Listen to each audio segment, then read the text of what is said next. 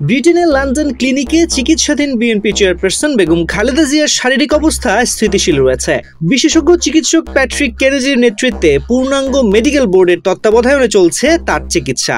নানা পরীক্ষা নিরীক্ষার পাশাপাশি তার স্বাস্থ্যগত নানা জটিলতা দূর করতে সর্বোচ্চ প্রচেষ্টা চালিয়ে যাচ্ছেন তারা। তবে বেগম জিয়ার লিভার ট্রান্সপ্লান্টের বিষয়টি এখনো চূড়ান্ত হয়নি। চিকিৎসার পরবর্তী ধাপে তাকে যুক্তরাষ্ট্র নিয়ে যাওয়া হবে কিনা সে বিষয়ে এখন পর্যন্ত কোনো সিদ্ধান্ত হয়নি।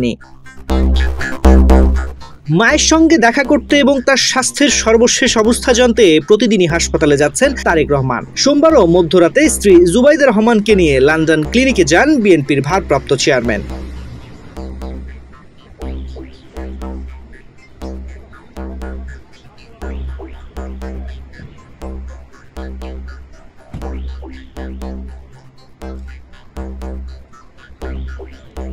এদিকে বেগম খালেদা জিয়ার শারীরিক অবস্থা সম্পর্কে কয়েকদিন ধরে আনুষ্ঠানিক ব্রিফিং করছেন না বাংলাদেশ থেকে তার সঙ্গে যাওয়া চিকিৎসকরা। তবে ব্যক্তিগত যোগাযোগে বিভিন্ন গণমাধ্যমকে বেগম জিয়ার শারীরিক স্থিতিশীলতার বিষয়টি নিশ্চিত করেছেন তারা।